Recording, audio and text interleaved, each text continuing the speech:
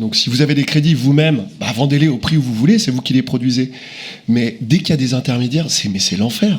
C'est l'enfer. C'est-à-dire que le lundi, il est à 4 €, mais le vendredi, il est à 4,50 €. On parle de 40-50 000 tonnes, quoi.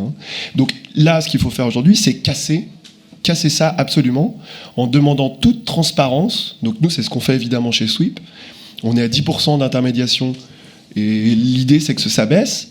Mais il faut bien avoir en tête qu'il faut que le beurre qui arrive vraiment dans les épinards, il soit le plus frais possible pour celui qui bosse sur le terrain, en fait, ou celle qui bosse sur le terrain.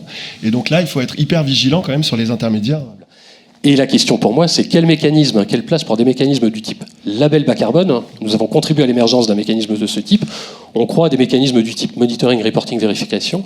Mais quelle contribution de ce type de mécanisme, non pas pour assurer la neutralité carbone des entreprises, mais pour, petit 1, assurer que les investissements de demain soient bas carbone, de la part des financeurs, de la part des entreprises. Petit 2, assurer que les exonérations et subventions publiques contribuent à l'atteinte de la neutralité carbone. Ça veut dire peut-être refonte de la PAC, prise en compte de tout ça dans le plan stratégique national.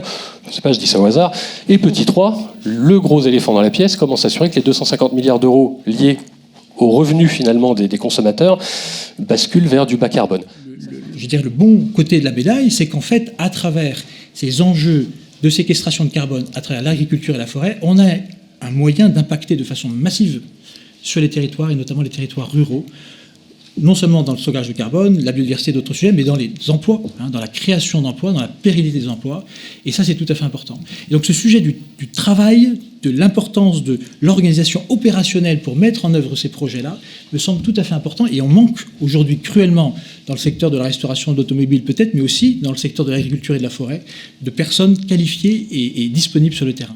Il y a une vraie bascule au niveau des zones tropicales, puisque les zones tropicales, qui étaient des contributeurs nets à la compensation carbone, si je peux me permettre cette expression-là, ces dernières années ne le sont plus, puisque maintenant, les zones tropicales se stabilisent. Et donc, de fait, ne sont plus les puits de carbone qu'ils étaient auparavant. Et de fait, il y a des espèces endémiques qu'on va trouver en Guyane, très bon exemple, ou dans d'autres territoires de la Caraïbe français ou proches, qui sont des espèces qui permettent tout simplement de faire des puits de carbone encore plus efficaces que des forêts classiques, même avec un certain optimum dans les Landes ou ailleurs ici dans l'Hexagone.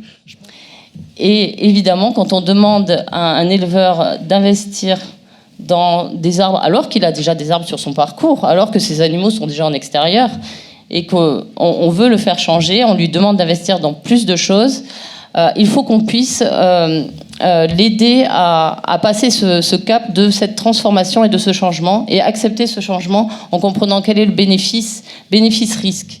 Dès le départ, dans le cahier des charges de nos projets initiaux, c'est bien sûr avoir un impact carbone, donc avoir une mesure très importante, de mesure des émissions évitées, du CO2 évité, puisque on était au départ dans le marché de la compensation volontaire, donc dans l'achat de crédit carbone, mais des éco-bénéfices importants, qu'ils soient environnementaux, socio-économiques aussi, c'est la préservation des forêts, par exemple, c'est l'amélioration des conditions sanitaires de certaines populations, c'est l'accès à l'emploi. Je crois que les projets qu'on a financés, c'est plus de 10 000 emplois locaux créés. Alors,